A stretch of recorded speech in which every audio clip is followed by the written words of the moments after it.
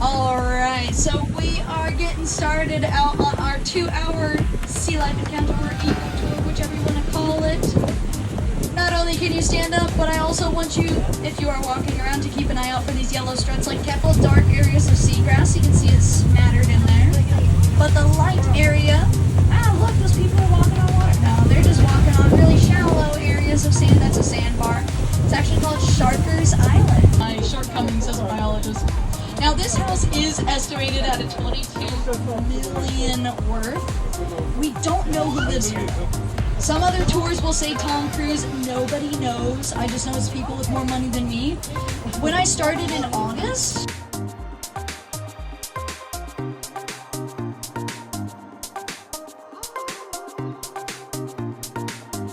seawalls around here, you know, some of them jut in and out. We've also got a lot of different kind of twists and turns in them. I'm looking for, ooh, and I saw one up ahead. So keep your eye on average 15 pounds of fish. And they're not picky eaters, unlike me. They will eat 40 to 45 different kinds of fish. Basically, if they can catch it and it tastes good, it's on the menu. And they also are very smart animals. Yeah, it's down kind of along the left side of this. Yeah, down that, down the fish entirely out of the water sometimes, up to 20 feet. Now, what I was saying with this being a single dolphin, our dolphins usually don't travel in very large groups. Maybe one, maybe two, occasionally three. Anything more than that, that is a nursery group comprised of several females and their calves. But just one dolphin, we call these subadults, or you can call them the crazy teens, because they're too old to be with their mom. Calves will stay with their mom for about 3 to 6 years, then they'll go off on their own. But even after they leave their mom, they're not quite old enough to be in their adult stages of life, which for a female that would be having a calf, for a male that would be having a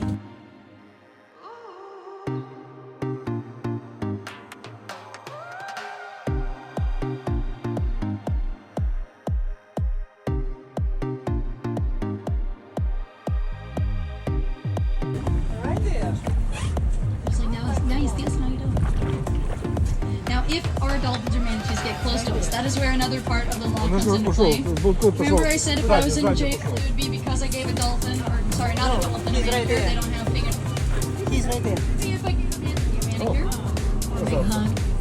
No matter how cute they look, we do not pet our dolphins, we do not pet our manatees. You know, you can't have a flipper moment or a dolphin tail moment and hold on to a dolphin's dorsal fin. We also do not give them food, and we don't harass them in any way. So I am on the speaker, I am talking, but this is a sound that I've been making the whole time. If dolphins are near you and you try to speak dolphin by shouting at them or whistling at them, believe me, they cannot understand you. You're probably not going to get them closer to you. You're probably going to scare them away.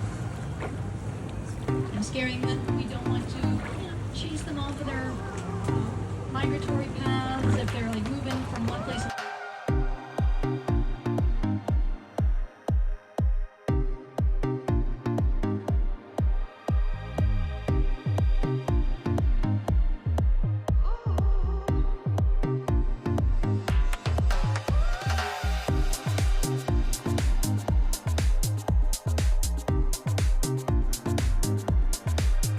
A lot of the times the cormorants will be diving underneath boats, grabbing something to eat. The big white bird with the nice orange-yellow beak, that's a great egret. Right off at 3 o'clock, the smaller birds with kind of the brown necks and the white bellies, those are some of my favorites. Those are tricolored herons, also known as Louisiana herons. They have white bellies, they have a nice brown and rust-colored black neck, back and neck. They also have a nice blue, so 3 colors. Now the pelicans we'll have on these islands, especially the second and the third ones, these are brown pelicans, the species that stays here all year long. Actually our smaller species. And if you look at our 2 o'clock, see that tree that sticks up higher than the rest? That's a black mangrove. Look inside of that, in kind of in the middle. There's pink birds. They're gonna be light pink because those are juvenile roseate spoonbills. As they get older, that is when their pink coloration becomes it's darker, more concentrated, because they do the same trick that flamingos do. They eat food, they use the protein from that food to color their feathers. Now in the roseate spoonbill world, the pinker you are, the better looking you are, because it's like, wow, they eat a lot of food. Oh, now the cormorant's distant relative looks like might be standing right here. Never mind, no, that's a cormorant with its head turned. That's a female cormorant, sorry. Female cormorants have a lighter plumage. I was like, is that a female anhinga? An anhinga has a skinnier neck, also has a spear-shaped beak. But cormorants, thicker necks, hook-shaped beak. Now these brown pelicans, do you see on this last island how there's a bunch of them? They're kind of like... Catch a lobster. Okay, 3, 2, 1. Woo!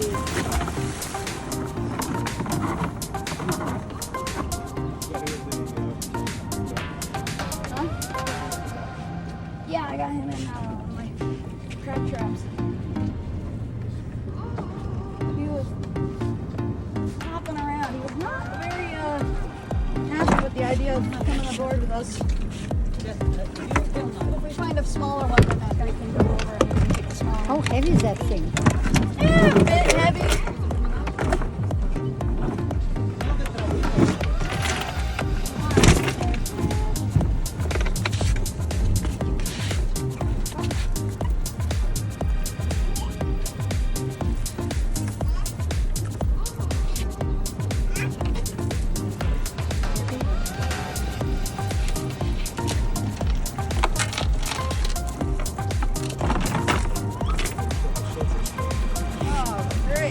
That's why it's so heavy. It's like catching water like nobody's business.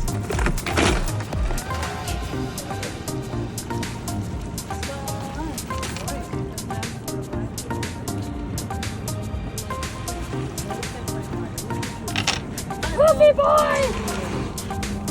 What is it? Oh, great. And my other favorite thing. Shells? No. Yeah, look at that. Да, еще какую-то штуку непонятную. What is this? Oh, what is this? That is a sponge. Oh, sponge. Wow. 2 big sponges. Wow. Woo! That's a big one. All right. So we are going to bring this back and sort through it. We're going to bring it down our port side, so I need everyone to go back to their seats. Because he has these very sharp spines on his dorsal fin. Now when a bird or a dolphin or anything eats another fish or eats a fish, it will do a brand new pump of sponge. It's the only animal that does the smoothing trick.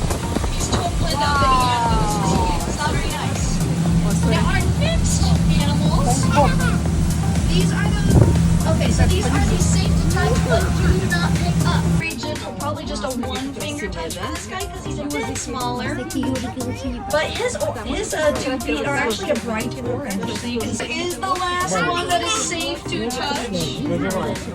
Because after that, we're getting into guys that are a bit.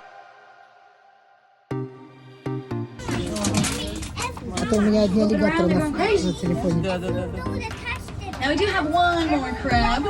This is the one that we were kind of fighting to get in this container. This is the swimmer crab. Also, a little note. You saw little stripes. They've got those nice vertical stripes that are a bit darker. Vertical stripes on our fish here in the bay helps them hide.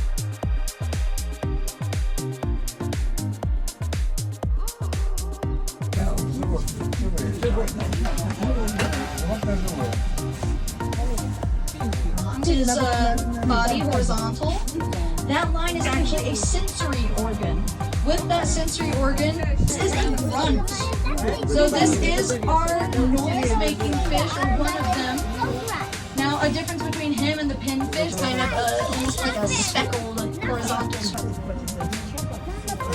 He's fun. It's probably the biggest one I've got. This guy, he is adorable. He'll have a little bit of a buck tooth kind of mouth.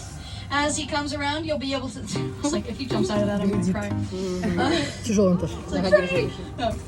So with this pufferfish, he does how he Now it's good for crushing like crabs and others. Usually it's from bioaccumulation of their the food they eat. So bioaccumulation, they eat something, that food has, you know, it accumulates tetrodotoxin, which is a very potent neurotoxin, over 1,000 times more potent than cyanide.